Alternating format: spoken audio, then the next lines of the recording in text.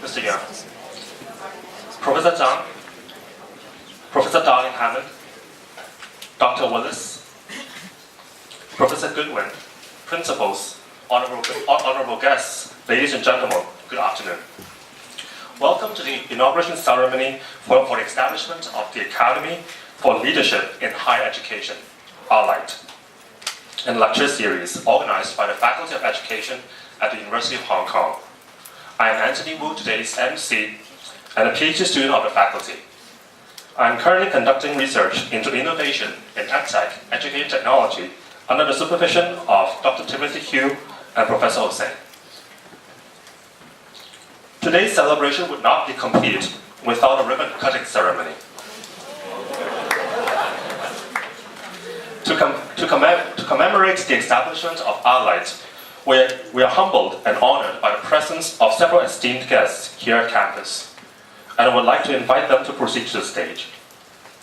Mr. Kevin Yeung Yun Hong, JP, Secretary for Education of the Hong Kong Government.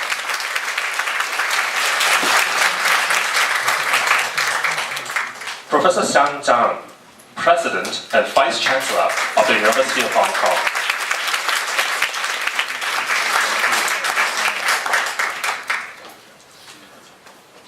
Professor Linda Darling-Hammond, Charles Ducommun Professor of Education, Emeritus at Stanford University, and President and CEO of Learning Policy Institute. Dr. Carrie Willis, SBS JP, Chairperson of Committee on the Professional Development of Teachers and Principals.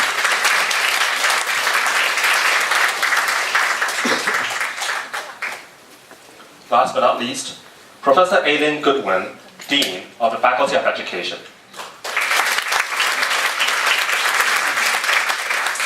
The ribbons are tied together, symbolizing a bond among the unifying directions of ALiTE, including education and professional development, international outreach and exchange, knowledge generation, resources curation, and dissemination. On a count of three,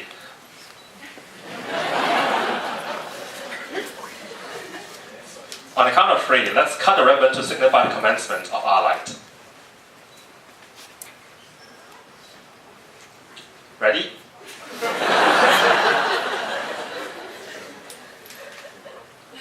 One, two, and three.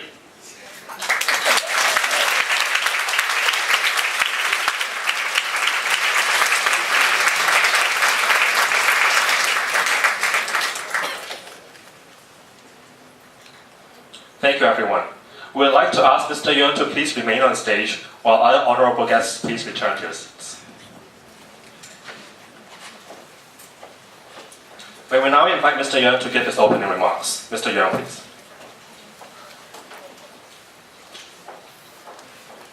Professor Zhang, distinguished guests, ladies and gentlemen, good afternoon. It gives me great pleasure to join you all today at this inauguration ceremony of the Academy for Leadership in Teachers Education. Well, we gather here to witness another milestone for the Faculty of Education of the University of Hong Kong. Not long ago, it celebrated its centenary in teachers' education. Actually, it's just a few months ago, I think. I still remember how delighting it was to officiate at the School-University Partnership Symposium, which formed part of the celebration, and also to celebrate the success of the faculty's long-standing partnership with the school sector, which is last June. Indeed, as the education landscape gets increasingly complex and challenges facing the teacher professions become manifested, it's now more important than ever to foster close collaboration with stakeholders who share the same vision and goals.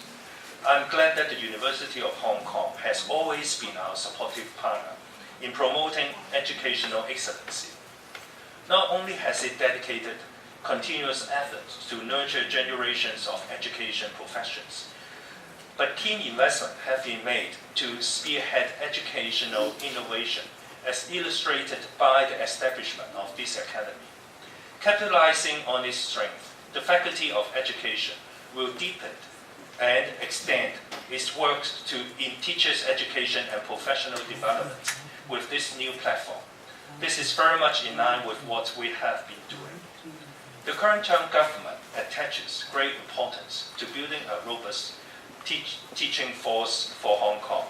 In recent years, we create a stable, caring, inspiring, and satisfying learning and teaching environment for students, teachers, and principals, with additional resources committed in different areas.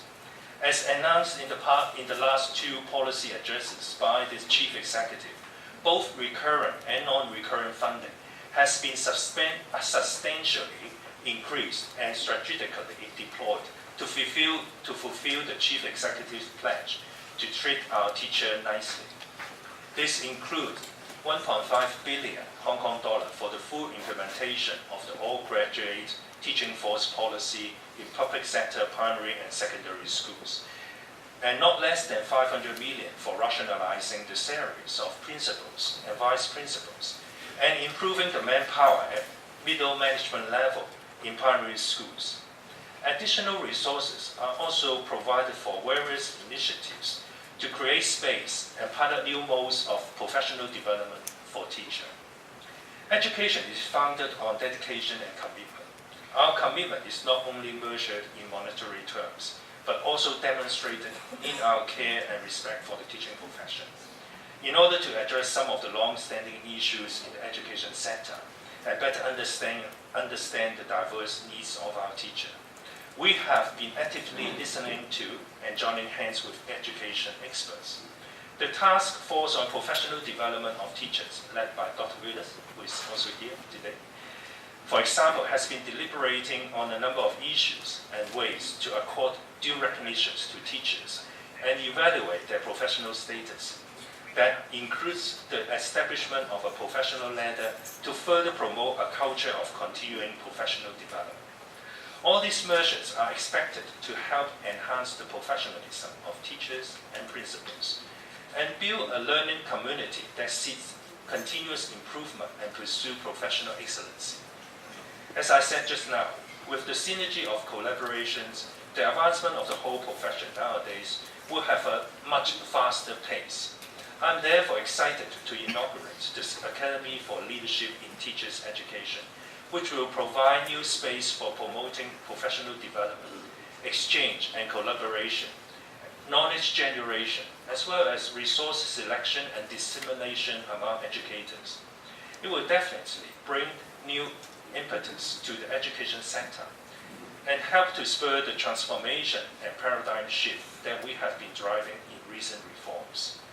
I would like to take this opportunity to thank the Faculty of Education again for offering a valuable platform for professional exchange and interactions among local and international educators and scholars. May I wish everyone a fruitful and enjoyable afternoon. Thank you.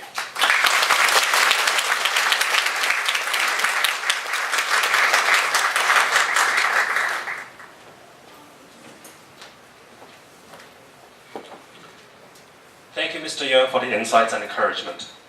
May we now invite Professor Zhang to give a welcoming speech. Professor Zhang, please.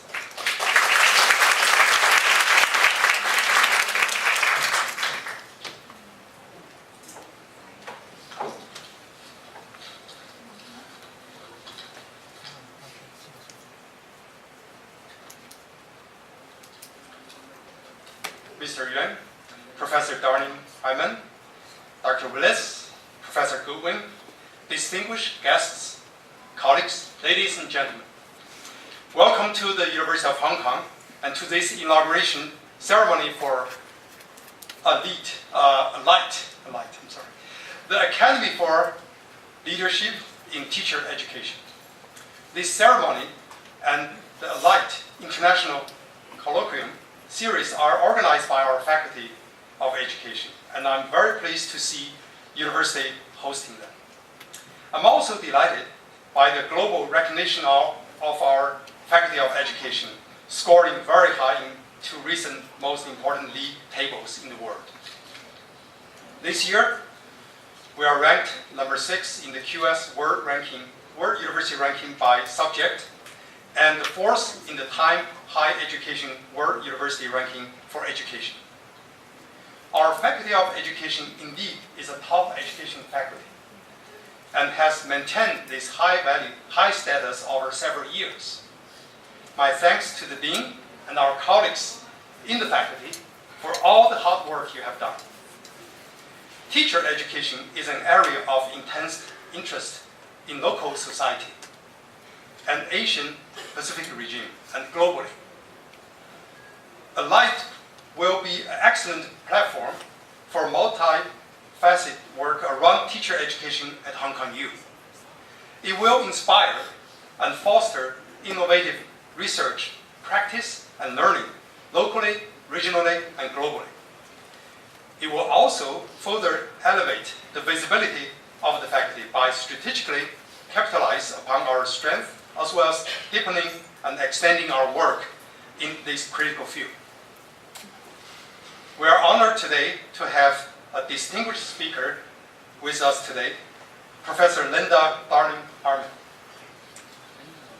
She will sharing her knowledge on how research-based practices can enable educator preparation programs to more effectively nurture teachers and leaders. ALiTE and its international colloquium series will bring together more influential thinkers and creative innovators, such as Professor Darling-Hammond. These activities will help us to continue to reimagine teaching and teacher education for the future. Once again, I would like to express my appreciations to Mr. Kevin Yuan, Professor Linda Darling-Hammond, and Dr. Carrie Willis for joining us today. Thank you very much.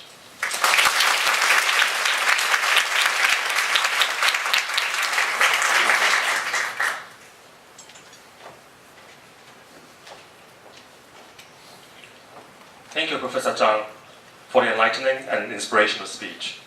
Before our keynote session of this evening, I'd like to invite our Dean, Professor Goodwin, to introduce our esteemed speaker from Stanford.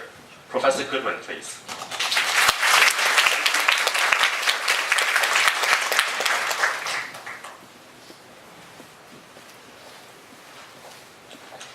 Good evening, everyone. Mr. Yuan, Dr. Willis, President Zhang, Linda Darling-Hammond, my very good friend. I could not think of a better person to kick off what someone called a dream for the Faculty of Education. So we are very, very fortunate, and I am certainly completely delighted that we are going to begin this journey around international exchange, professional development, research, and the sort of galvanizing of resources around the notion of quality teachers, regardless of the level, sector, discipline, or organization, because after all, teachers broadly defined belong in every walk of life and every space and place. Linda Darling-Hammond is, as I said, the perfect person to help us kick off this dream, because she has, for several decades, stalwartly fought for, stood up for, and spoken up about teacher quality, excellence in education, and equity for all students and for all learners. She is the Charles E. Ducommun Professor of Teaching and Teacher Education Emeriti at Stanford University, and currently President and CEO of the Learning Policy Institute in the U.S., that in just, I think, 2 years has become one of the most sought-after authorities on educational policy in the U.S. and internationally. At Stanford, she founded the Stanford Center for Opportunity Policy and Education, which supports research, policy, and practice in the cause of more equitable and empowering learning. She has also served as the faculty sponsor of the Stanford Teacher Education Program, which she helped to completely redesign. And if you know STEP and iSTEP program that it sponsors, it is one of the premier teacher preparation programs, not just in the US, but internationally. So not only is she a keen sort of researcher and commentator on educational policy, but she has in her heart teacher education and the preparation of quality educators. Linda served as the founding director of the National Commission on Teaching in America's Future, whose 1996 report, What Matters Most? Teaching for America's Future, was named one of the most influential reports affecting U.S. education in that decade. It continues to be widely cited. She served as the leader of President Barack Obama's education policy transition team in 2008. And just as a little caveat, unfortunately she has to leave us right after dinner this evening because she was just appointed by the Governor of California to chair the board of the State Board of Education in California. So tomorrow she will be sworn in Sacramento.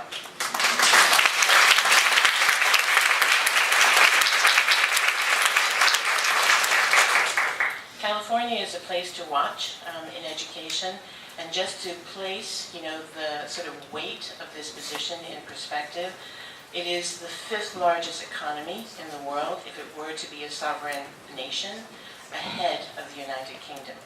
So what California does matters to the world. And I'm so glad and proud that Linda is going to be the person who is engaging what matters for all of us.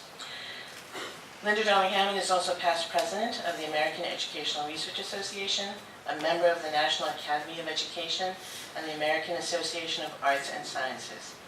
She has 25 books, over 500 articles on educational policy and practice, and many of her publications and books have received awards. A small example, The Right to Learn, Teaching as a Learning Profession, Preparing Teachers for a Changing World, and The Flat World in Education. If you don't know her work, shame on you. Get to reading. I am so pleased to have my friend and a wonderful educator and someone who has been a beacon in education for the last 20 years join us today.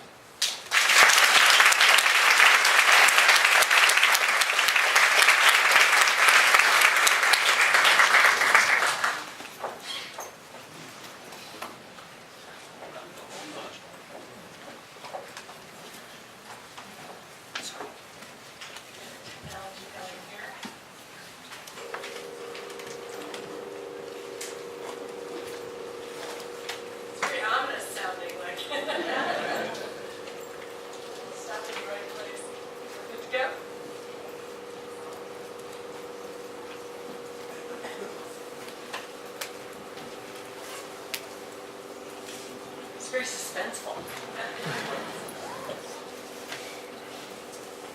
All right, now you know my title. Thank you very much. And I want to obviously start by thanking the faculty and leadership at the University of Hong Kong for this invitation to speak, and especially my dear good friend and colleague, Dean Lynn Goodwin, who taught me a lot of what I know about teaching when we were together at Teachers College, Columbia University. So I'm grateful to her in many ways, including getting me launched on that part of my career. I am going to talk about the science of learning and development, which is an emerging set of fields, really, as neurosciences are coming online, developmental science, cognitive science, the learning sciences, anthropology, sociology, and many other fields, disciplines, are coming together to help us understand how people learn in new ways. And they could not be more timely, because the demands of learning today are very different than they were even 20 years ago. I am a Stanford professor, so I don't usually like to quote people from Cal Berkeley, which is across the bay. We have a big rivalry. Anybody here? I know Berkeley is always in the house. See that? Yeah, that's But I have to acknowledge a couple of professors there who have been studying the growth of knowledge in the world. And they published a piece a little while ago which showed that between 1999 and 2003, there was more new knowledge created in the world than in the entire history of the world preceding. Think about that. In that 3 or 4 years, we began what is an exponential growth in knowledge. Technology knowledge at that time was doubling every 11 months. I'm probably way out of date, and it's probably doubling faster than that now. So young people today are being asked to learn how to work with knowledge that hasn't been discovered yet, with technologies that haven't been invented yet, solving huge world problems, local and international, that we have not managed to solve, related to everything from sharing the world's resources in ways that are equitable and can sustain life, clean water, climate change, resolving conflict. So the kind of learning that we became accustomed to in the past, where it was a transmission curriculum, we would open up your head and pour some facts in, and you would memorize those facts and take your exams and leave school and be ready for life, is really not adequate for what young people have to do today. Because they're going to have to be able to use resources and learn to learn. I live right up the street in Silicon Valley from Google. Not only do we have driverless cars driving around, but Google is a place that has been very studious about how to hire its employees. And they used to collect transcripts and grades and test scores and put them into a big database and evaluate candidates. And they did major studies trying to figure out how the various indicators predicted success at Google. They discovered that none of those things predicted success at Google. And in fact, what really predicts success is what they call your learning ability. Your ability to take a problem, look for resources. I don't know if any of you saw that movie, The Intern, or The Internship, with Vince Vaughn and Owen Wilson. It was a very silly movie. I recommend it to you nonetheless, because you can see what I'm talking about. And they gave them all these crazy tasks to do in groups and in teams, and it's actually not unlike what actually happens when they hire people at Google. You have to go out and take a problem, find resources, put them together, figure out a solution, try it out, fix it, and correct it, and so on, and be self-initiating in your learning. So when I talk about the science of learning and development, I'm talking about the kind of learning that we need for the 21st century and for this world that we're in now. That poses a lot of challenges for teaching that are new, and of course for teacher education. So I've been involved in working on the science of learning and development and these implications in a variety of ways. And for those of you who are scholars in the house who want to find the citations, there are a set of papers that have just been published in Applied Developmental Science, summarizing, synthesizing the many sciences of development and learning. Malleability, plasticity, and individuality is one synthesis of that knowledge base. It was just published last year. Another, drivers of human development. And then the team that I work with was responsible for taking that synthesis of the scientific knowledge and figuring out the implications for practice, not only from the basic sciences, but also from education research that has shown outcomes to be improved by certain practices. In addition, there's been a commission in the United States called the Social, Emotional, and Academic Development Commission, which has put out a set of papers on the brain basis for social, emotional, and academic development. And just a month ago, a major report called From a Nation at Risk to a Nation at Hope, drawing on that scientific knowledge base. So I'm going to start with some discussion of the science of learning and development, or the sciences. I'm going to talk a little about the implications for practice, and then I'm going to talk about the implications for teacher education.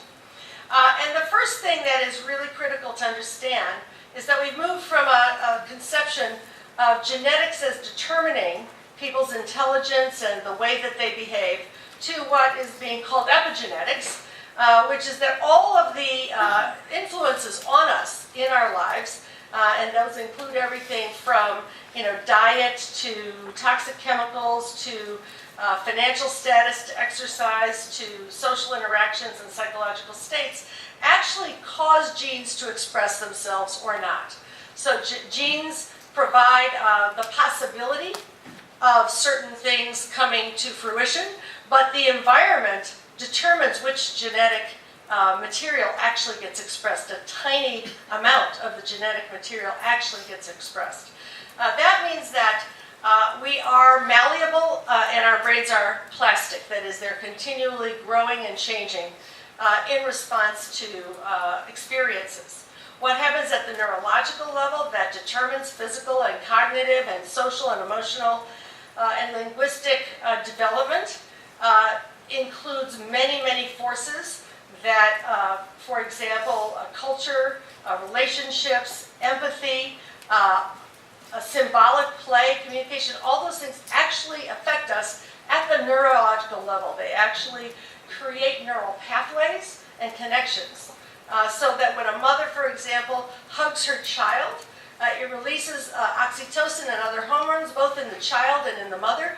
Those actually affect the neural programming and engineering of the brain, as well as the way in which learning ultimately gets expressed. So these systems, which operate at the individual child level, in the family, in the classroom, among peers and siblings, in the extended family and in the neighborhood, and in the macro system that determines the opportunities that are available to us, actually determines the great majority of what happens as people grow and mature. So the first principle of the science of learning and development is that development is fostered by experience. And the kinds of experiences we have matter greatly to the way in which learning and development unfold. This is a little bit out of order, actually, but I'm going to go with this order because that's what we have. What we know from the science is that, of course, the brain is plastic and malleable all the way through life. This is really good news for those of us who are of a certain age, that we are continually learning and growing. Our brains are developing in relation to our experiences. The kinds of experiences that shape our thinking and performance matter greatly. Human capacities grow across physical, cognitive, affective spectrums in interactive ways. So what happens physically affects us mentally, and what happens emotionally affects us in our learning. And what happens across these domains has a huge effect on what happens in school. Emotions, in particular, have physical consequences that trigger or block learning. That essentially learning is fundamentally emotional. If you feel positively about the teacher, if you feel positively about the task, if you come into a setting where you feel a sense of belonging, where you feel safe, you learn much more effectively. If you come into a situation where you feel stressed, where you have had a traumatic experience, where you're afraid that you may be bullied or laughed at or stigmatized, you learn much less effectively. And when you're exposed to a lot of stressors, it affects both development and learning in a variety of ways.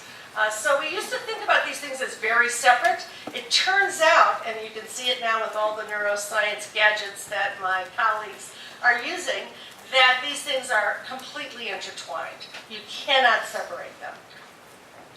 Development is also catalyzed and shaped by human relationships. And it matters greatly whether people have secure attachments, certainly in infancy, but all the way throughout life. Positive regard. Those relationships mediate the ways in which we make sense of what happens to us, and they also can buffer stress. So even young people who've had very traumatic or adverse circumstances can repair and become resilient through the force of trusting long-term attachments and relationships. So I want to give you a sense of the science in action. And full disclosure, this is my grandson. Mm-hmm. Oh, really? What else?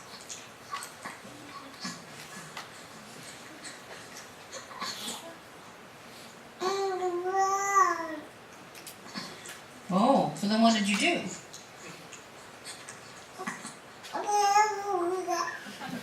Mm-hmm. And then what happened?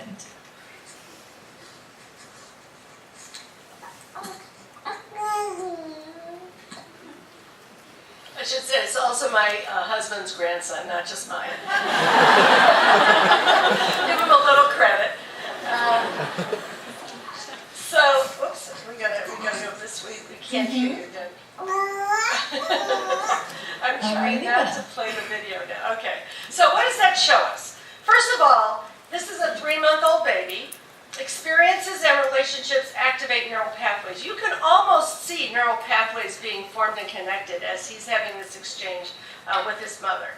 And the relationship is what's driving it. It's the desire to figure out how to be in this communication with the parent. Learning is social. Learning is fundamentally social. And one of the interesting things that neuroscientist Pat Toole has documented is that they've done some studies with babies. These are about a year old in English-speaking contexts where they had somebody teaching them Mandarin and interacting with them over the course of about 12 weeks. And kids, after that period of time, in this English-speaking context, learned as much Mandarin as children in a Chinese-speaking context where that was around them. They also had the same person doing a 12-week series of lessons, exactly the same feedback or input on a video screen. And after that 12 weeks, no learning of Mandarin had occurred. Why? Because it's the interaction, it's the social interaction, the turns of language and the engagement that actually produces the learning. And you can see that here.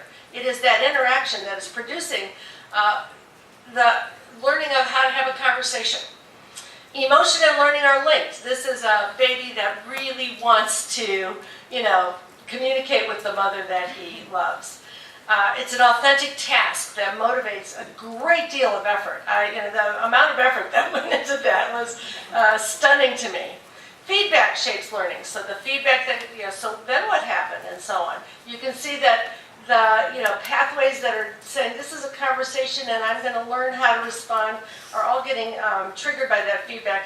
And then of course Vygotsky told us a long time ago, and now neuroscience demonstrates that language actually generates thinking, it doesn't only represent it.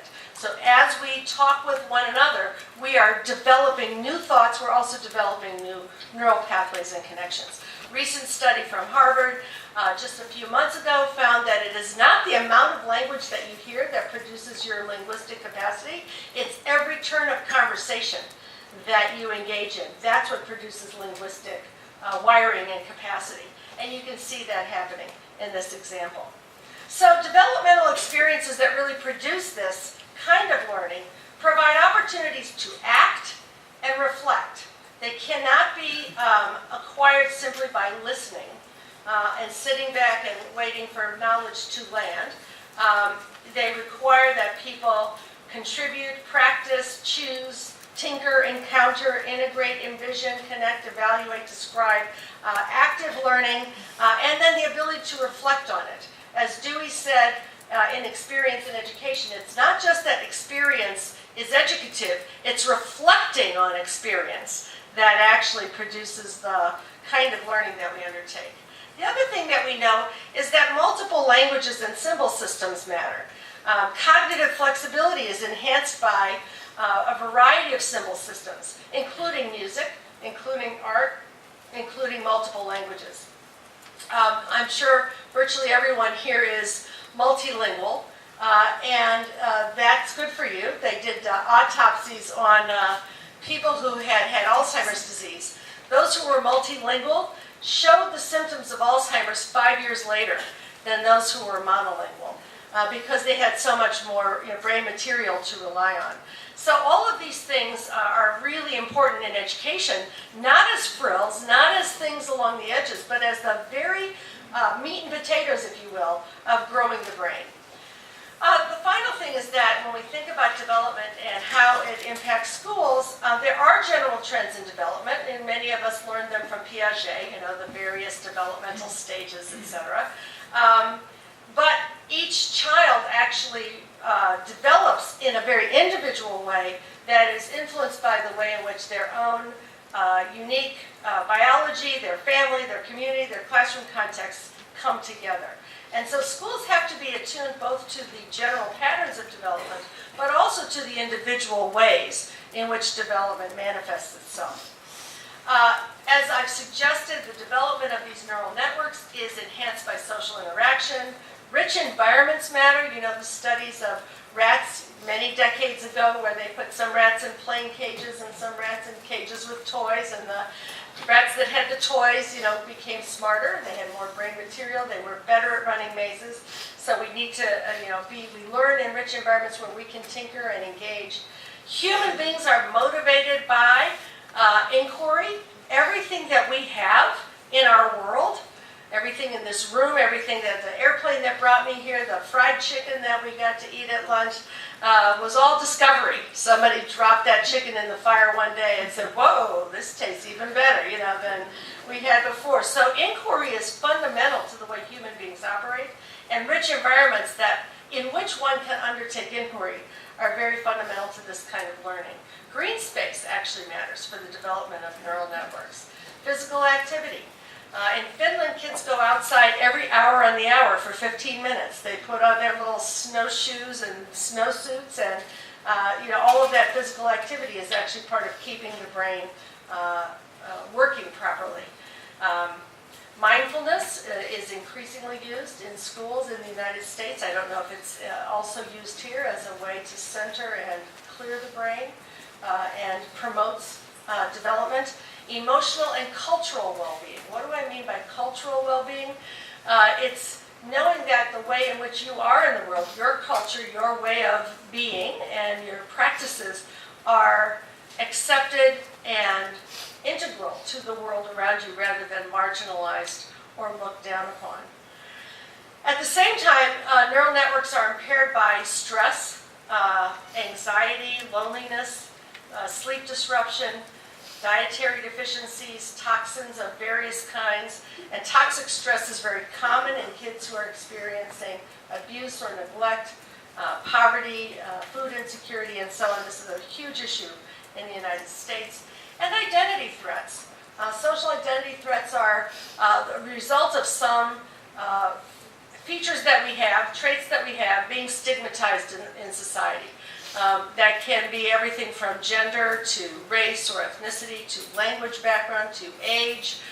Anything that puts you in a position where you feel you may be looked down upon actually impedes your ability to function, to learn, and to perform. Removing identity threats dramatically enhances achievement, as Claude Steele and others have found in their work on stereotype threat. So what kind of schools are needed if we're actually going to try to teach in the ways that people learn? Well, obviously, what we sort of often saw in the past, kids sitting individually at desks, not talking to one another, behaving by being quiet and working on, work individually is not at all compatible with the way that we know people learn. Instead, we need increasingly schools where kids are inquiring and engaging with one another, solving problems, and learning how to do that in a rigorous and disciplined way. So the need to redesign school is something that Hong Kong has already been deeply engaged in for a couple of decades now, and many, many countries around the world are engaged in. And what we're redesigning from is what Tracy Kidder described in 1989 when he wrote a book about school. He said the problem is fundamental. Put 20 or more children of roughly the same age in a little room, confine them to desks, make them wait in lines, make them behave. It's as if a secret committee now lost to history had made a study of children, and having figured out what the greatest number were least disposed to do, declared that all of them should do it. So those who are educators that have been involved in this process of trying to redesign school know that there are some forces of tradition that we're continuing to work with and push forward in the quest for places where kids can actually learn in the way that they're intended to. So there are four major implications for practice, and then implications for educator development. And we outline these in the paper that I described earlier that was just published in Applied Developmental Science. The first of those are organizational conditions, environmental conditions that support success along the developmental and learning continuum, which includes supports for positive, trusting relationships, those attachments that allow people, in fact, to be in a frame in which they can learn. physical and emotional safety, psychological safety, and a sense of belonging and purpose.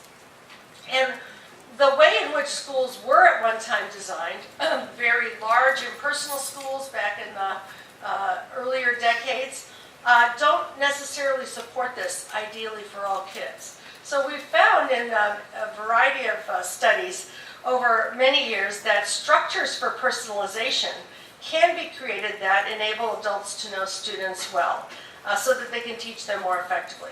These can include small schools or small learning communities, continuous relationships, because when teachers advance with students and loop with them over multiple years so that those relationships are deeply formed, the kids who may have the hardest time being well known are the ones who benefit the most from those, but also families that may be struggling are also supported by that.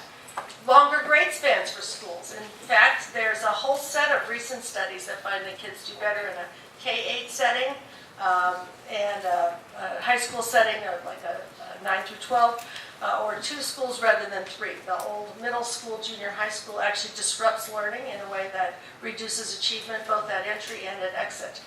Classroom practices that create supportive classroom communities in which kids are able to contribute to the setting of norms and practices, in which teachers come to know their students well so that they can be engaged in culturally responsive and competent practices, make a huge difference in achievement, along with the trust and collaboration among staff and with families.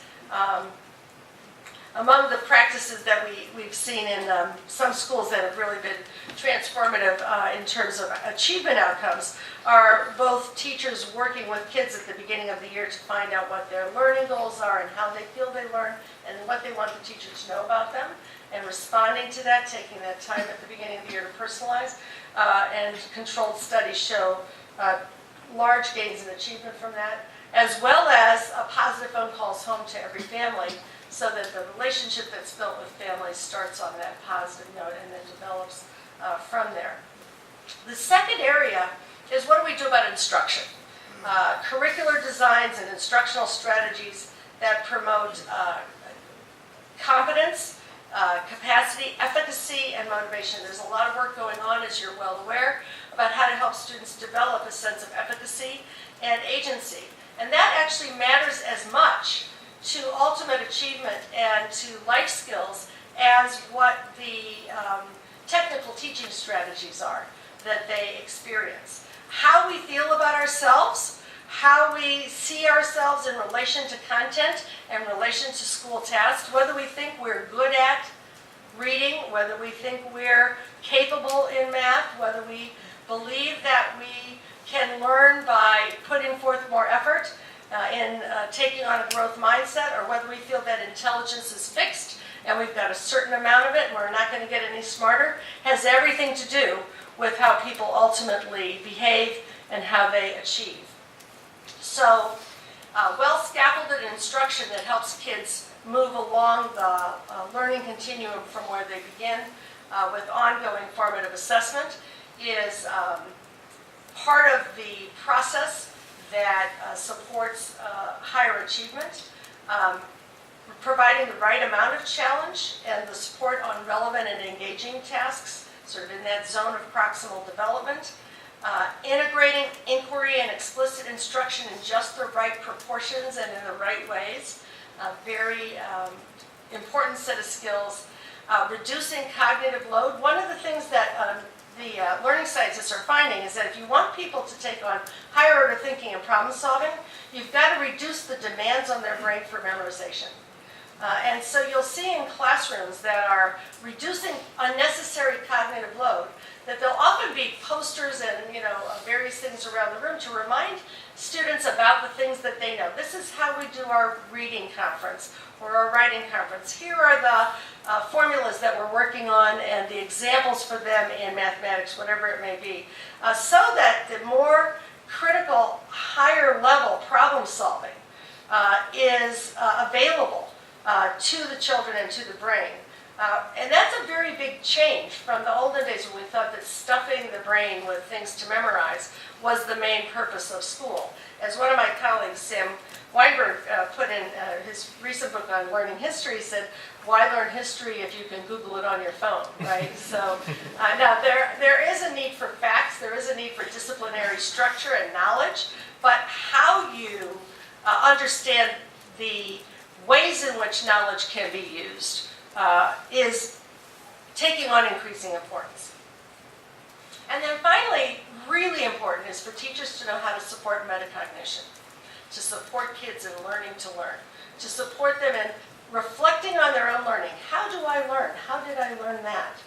What do I need to do next to improve my own performance? Using those rubrics that describe dimensions of performance, taking on challenging tasks, performing those, getting feedback, and then revising the work. Critically important.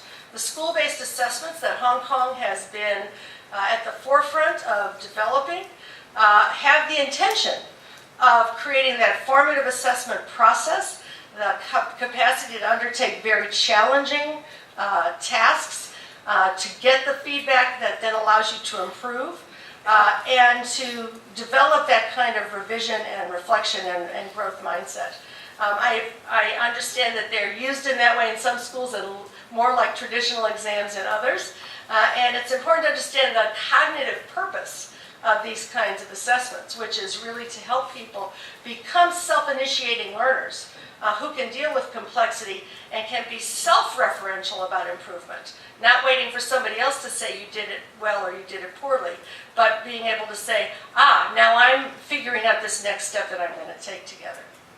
I'm going to skip that video in the interest of time and show you another one in just a moment. The third major area is the support for the development of social, emotional, and cognitive skills, habits, and mindsets.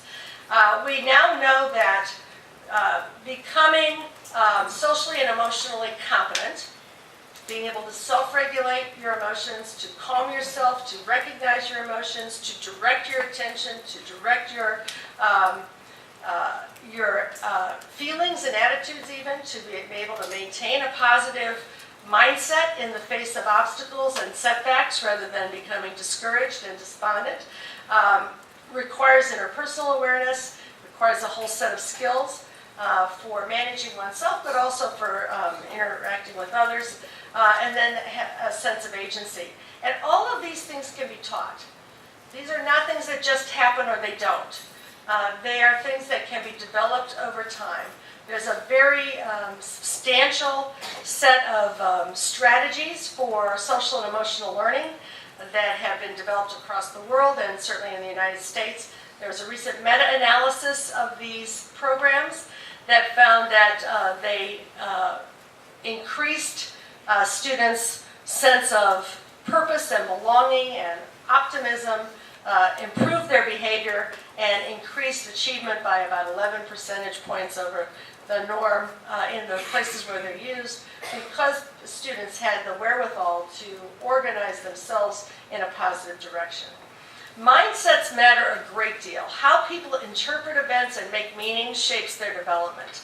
So if you believe that you've encountered a difficulty and it's because you're inadequate, because you're not intelligent, because you can't change the way that you engage in the world, you'll interpret a setback in a way that is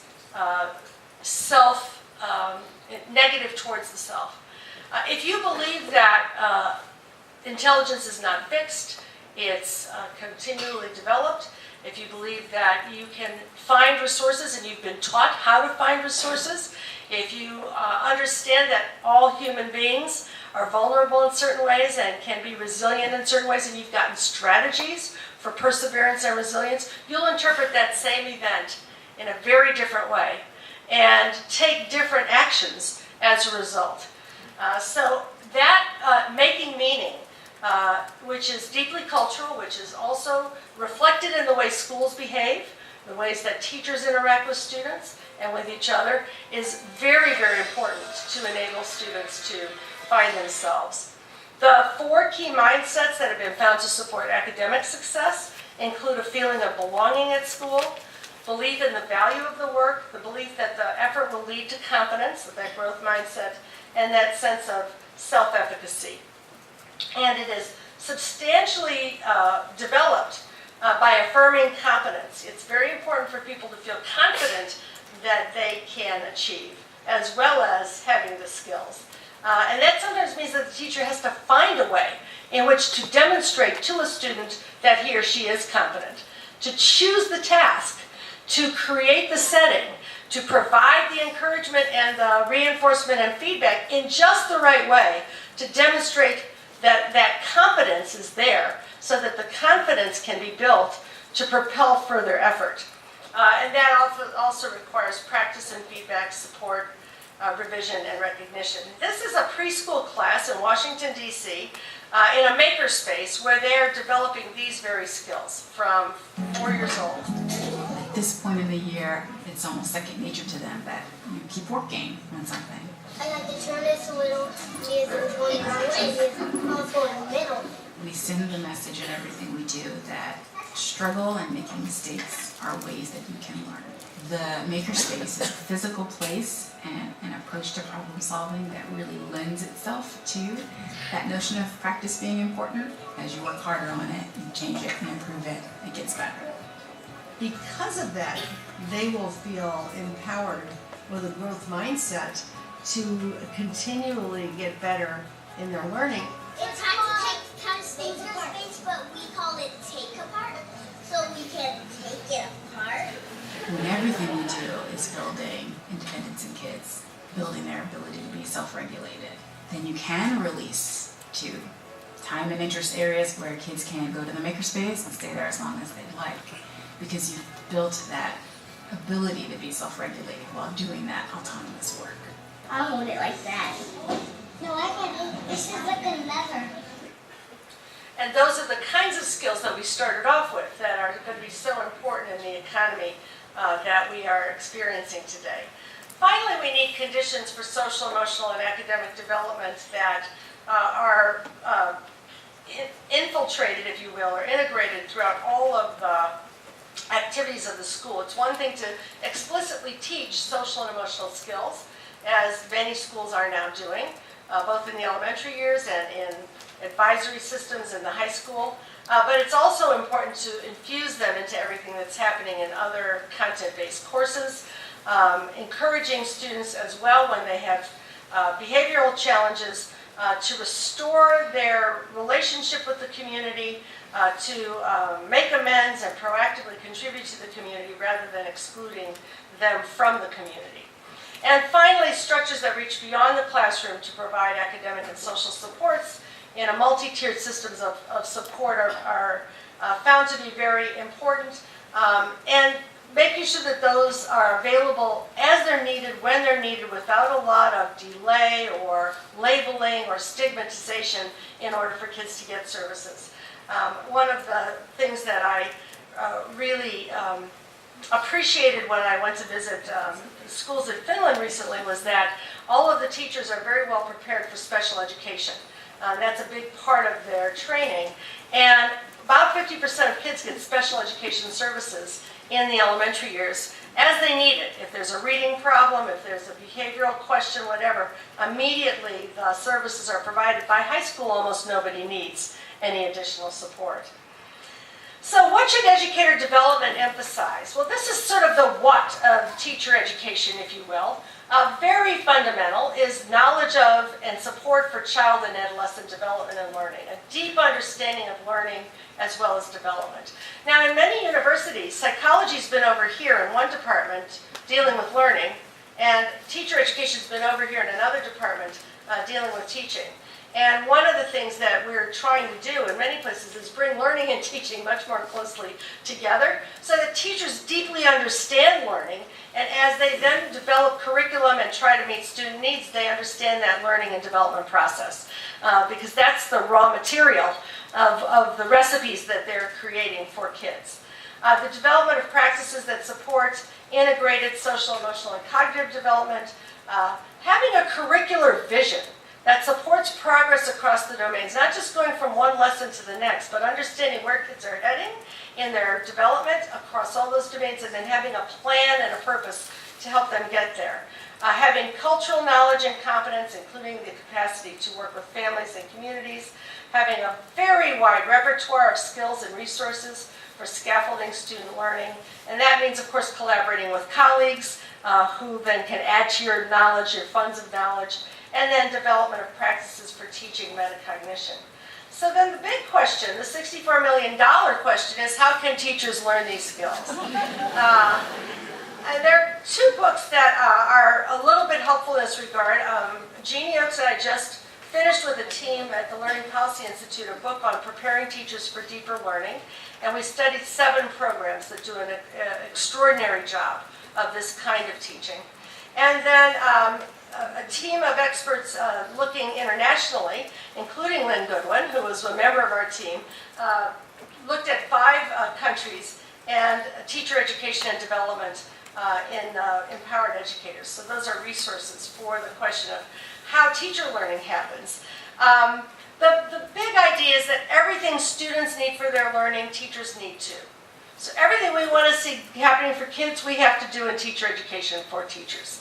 That means we have to create experiences for them that allow them to expand their experience base. If they have not experienced this kind of teaching, then we need to create classrooms in which they're doing inquiry-based learning, in which they're experiencing those kinds of supportive relationships, in which they're learning to understand and manage their own emotions, develop interpersonal skills, all of the things that we want to do for kids, they have to experience in teacher education. We have to develop close relationships that support change, because learning to teach is extremely difficult. It's extremely complex. My colleagues in the medical school at Stanford always admit that it's much harder than brain surgery, because the patient in a brain surgery context is one patient. They're asleep. They're just laying there, and you're doing the things that you do to, repair their brain. Whereas we have, 20, 30, 40 squirrely little kids with multiple goals who are trying to be here, there, and everywhere. And you're thinking about, how to support their social development and what kind of skills they need. It's enormously complex. So in order to help teachers do that and not be overwhelmed by it, but also be willing and able to make those changes, you need strong relationships in the teacher education community, both in that cohort of teachers and with their professors and supervisors and mentor teachers in the schools. And these kinds of relationships get sustained through communities of practice that together work on problems of practice. And the things that we found in the places that we've looked at this is, first of all, there's a coherent vision of learning that's enacted across all of the courses and clinical experiences. Now, this is very tough in a university, because most of us in universities are used to doing our own thing. Say, I'm going to teach my course, I'm going to teach what I want to put in my course, the way I want to do it. And it's a very big challenge to get people to collegially knit together a set of courses that are very coherent, that then match the clinical experiences that people are experiencing when they're doing student teaching. There's a strong knowledge base in development and learning, and it's applied to practice. So it's not just learning ed psych from a textbook, where you get Piaget is in bold print, and then Vygotsky's in bold print, and you've got these little mentions of all the theorists. You're actually engaged in for example, a child study, where you're looking at all the domains of development and then looking at the child and seeing where they are along those continua of development, understanding their context in the family, in the school, figuring out what the influences are that are shaping that development, and then perhaps thinking about what will you do to support an area of development where the child is in need. So that application is extremely important. Modeling practices within the university courses and the clinical settings. So those courses themselves represent the kinds of inquiries, the kinds of opportunities to tackle a big problem, to work collaboratively, to get feedback, to revise your work. Those kinds of things, if teachers don't experience them, it's very hard for them to then do that for their own students. Immersion in settings that support cultural learning, In many cases, there are programs now that, in addition to student teaching, have teachers in a community context, working with kids, maybe after school, working with families, to come to learn the community in a way that is different than the hierarchical relationships that typically are enacted in school environments. Careful child study, focused on context and learning, multiple child studies you'll find in these programs of children, for example, who are have a special learning need or difference, children who are experiencing a particular kind of setting or home experience.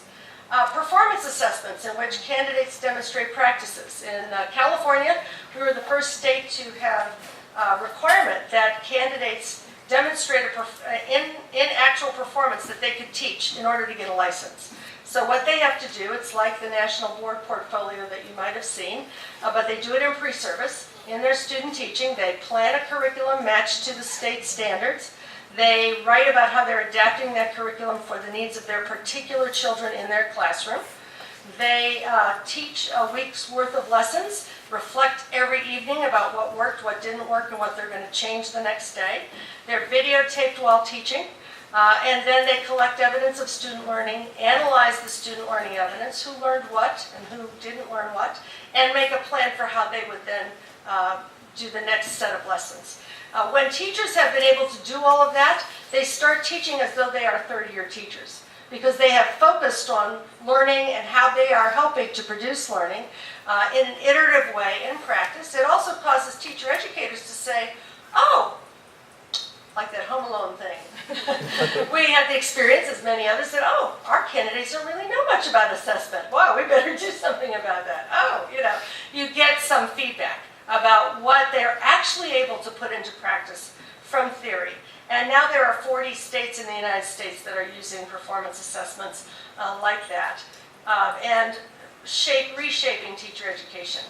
Ongoing feedback, obviously, and consultation and collaboration. Engagement in research about practice by teachers themselves. One of the key issues here, which has been the key to transforming medical education all around the world, was the invention of the teaching hospital. And when the teaching hospital was invented at Johns Hopkins University, and Abraham Flexner did his study and found that teaching hospital, it transformed the separation of theory and practice into a place where candidates could learn state-of-the-art practice and engage in research. This is the next step for teacher education around the world, because in every country of the world, doctors are now trained in teaching hospitals. And we need every candidate for teaching, if we care about what our nations will depend on for their survival and success in the future, to learn in essentially a teaching school that is designed to support them seeing state-of-the-art practice and engaging in it under the wing of expert practitioners. And that's going to take more than the typical placements in student teaching. It's going to take a relationship between schools and universities that carries both the school and the university to the next level. So a goal for nations that want to support learning in the way that humans really learn is different than that old adage, those who can do and those who can't teach. But in fact, it is, quoting my friend Lee Shulman, to understand that those who can do and those who understand teach. And further, to understand that those who can teach and those who can't go into a less significant line of work. Thank you very much.